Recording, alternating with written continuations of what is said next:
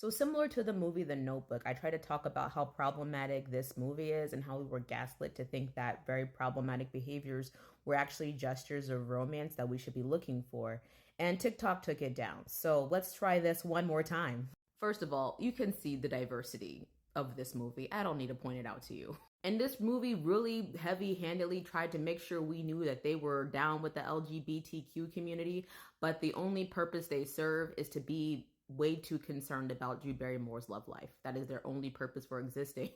Also, they had to make sure that the LGBTQ community had every ethnicity under the sun, but they only care about Drew Barrymore's love life. But we still need to get to the very problematic parts. So this main character, Gigi, is like way too obsessed with wanting to know why guys are ghosting her. And she goes into this Delulu phase every time a guy goes to her, thinking that he's probably going to come back and is actually really going to be in love with her. But this guy, Alex, kind of sets her straight and is like, these guys are not that into you. And then we kind of go on this journey of Alex and Gigi interacting. And then eventually Gigi is like, he's clearly into me because of all of these signs. And we can validate her experience because we have seen these signs throughout the movie. And the most problematic part comes at a party that Alex invites Gigi to. Now, at this point, Gigi is convinced that Alex must like her. And so one of the diversity gays is like, oh, how do you know Alex? And she's like, I'm pretty sure he's into me. And he's like, how do you know? And she's like, I don't, And he's like, yeah, that sucks when you don't know. Like, were you supposed to bring a +1? Are you helping the co-host? That is the worst. So now the diversity is validating her experience. So Alex asked her to help out with the party.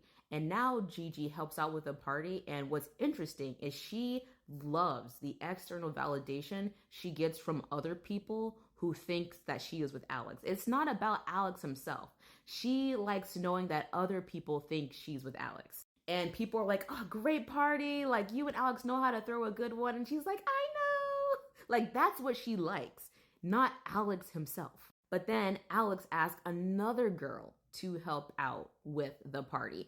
And now Gigi and this other girl are in this like battle for who's gonna stay with Alex. And the other girl's like, nice dip. It could use a little bit more Jill though. Don't worry, I'm on it. So like they're in this catty mean girl competition that Alex is completely oblivious to. Gigi takes the approach of being the most helpful person at the party. She stays and cleans up everything, grounds up all the beer bottles, puts everything away, and meanwhile the other girl is like playing video games with Alex.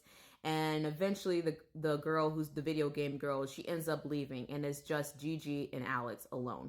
And at this point, Alex literally tells her that he's going to bed and Gigi decides to thrust herself on him and be like, we're in a relationship. So there's the lack of consent there. And Alex is so confused because he's like, I told you that if a guy wanted to be with you, he's going to tell you. Did I ever tell you I wanted to be with you? No, I didn't.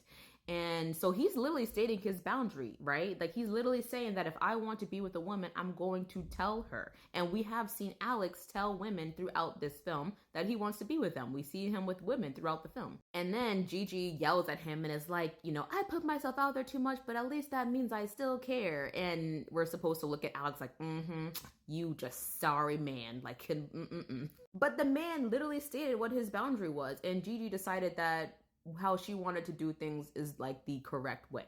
And it also then includes Alex admitting to her that he's been stalking her and calling her and hanging up. And we're all supposed to see this as romantic. And then Gigi's like, you're turning into me. And then they end up happily ever after. So they built this whole relationship around this concept that stalking each other is a sign of the heart that you must be with somebody and you love them. And it is really easy to gloss over the lack of consent and the boundary issues when you've got Jennifer Aniston and Ben Affleck getting married. You got Bradley Cooper cheating on his wife with Scarlett Johansson. You got Drew Barrymore with diversity gays in love with her. Like, it is really easy to gloss over what's going on in this movie. And I just needed to talk about how problematic it is. And the fact that TikTok, I have to redo this TikTok is just